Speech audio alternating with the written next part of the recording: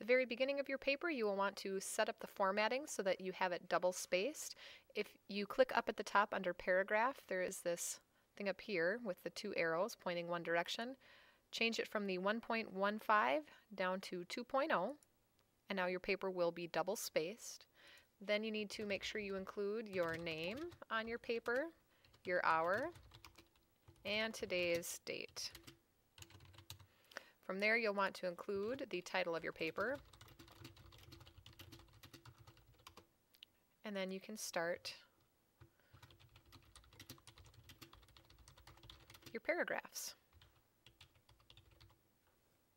Now, you can see that my introduction doesn't quite look like yours. That's okay. I wanted to tell you what goes in the introduction. It will have 3 to 5 sentences total. You're going to have an intro sentence that introduces your topic, followed by 3 sentences about your body paragraphs, and then you'll finish with what's called a transition sentence.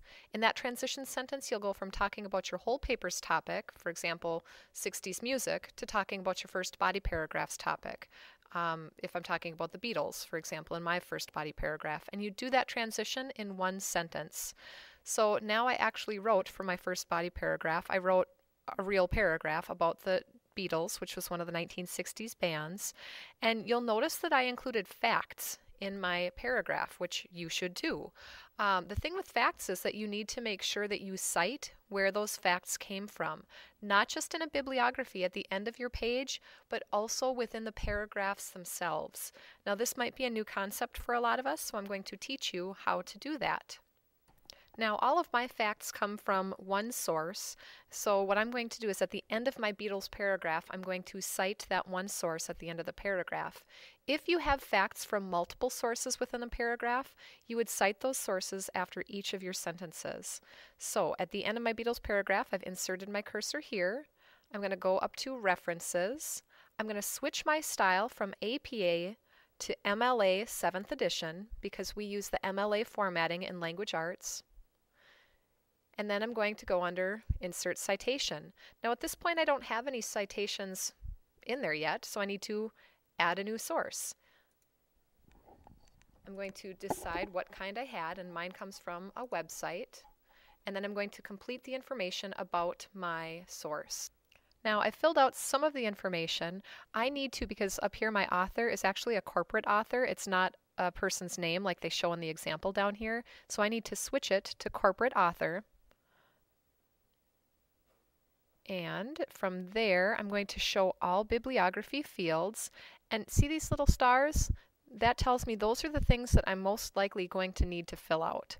My website only had a year, so I'm not going to list the month, but if I needed to list one, they give me an example down here of how to format it. They show me how to do the date. If I keep going down, here's a spot for the URL, so I'm going to enter that. Now this is where your source sheets really come in handy. If you've completed your source sheets and you've filled them out accurately, this should be no problem to enter in the source information. If as you get to this point you realize, whoa, I forgot some stuff, now is a good time to go back and look up those sources again.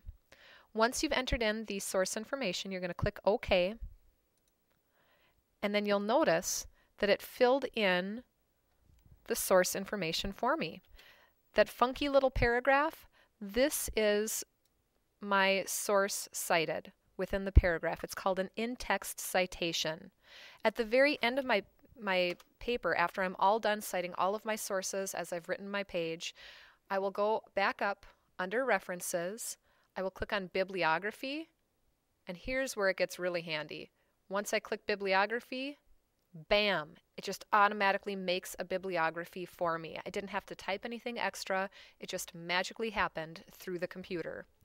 Now some things to keep in mind are that number one, Google Docs does not do in-text citation and bibliography building for you. Only Microsoft Word can do that.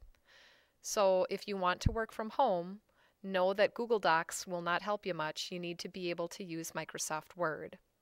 The second thing that you need to keep in mind is that the bibliography and the works cited information that you entered, your citations will only be remembered on the current computer that you are sitting at. So if I am in Lab B on computer number 1 today, but tomorrow I'm in Lab A on computer number 19, those two computers don't talk to each other and they won't save my citations between those two machines. I need to return to the first machine that I was on in order to have my citations be there. One last note, if you realize along the way that, hey, this formatting, not quite what it needs to be, you can go back and edit any of your citations that you've already entered. So if I go under here, I can see there's my source that I did, but I should be able to click on this arrow and say edit citation or edit source. So if I click on edit, that's not what I want. I want to go under edit source. And from here I can make any changes that I want to, and I realize that it didn't format it the way that it needed to, so I'm fixing it for the machine because machines aren't perfect. I click on OK, and it says that it exists in your master list and your current document. Do you want to update both of these lists? You bet I do, yes. Now it's fixed it here, and I need to fix it down under the bibliography, so I'm going to update my citations here, and boom, you see that? It switched it for me. Don't forget to save your work, and if you are looking for this video at a later date, go ahead and go to YouTube and type in Mrs. Kelm to try to find KelmTube, and you can watch this video there.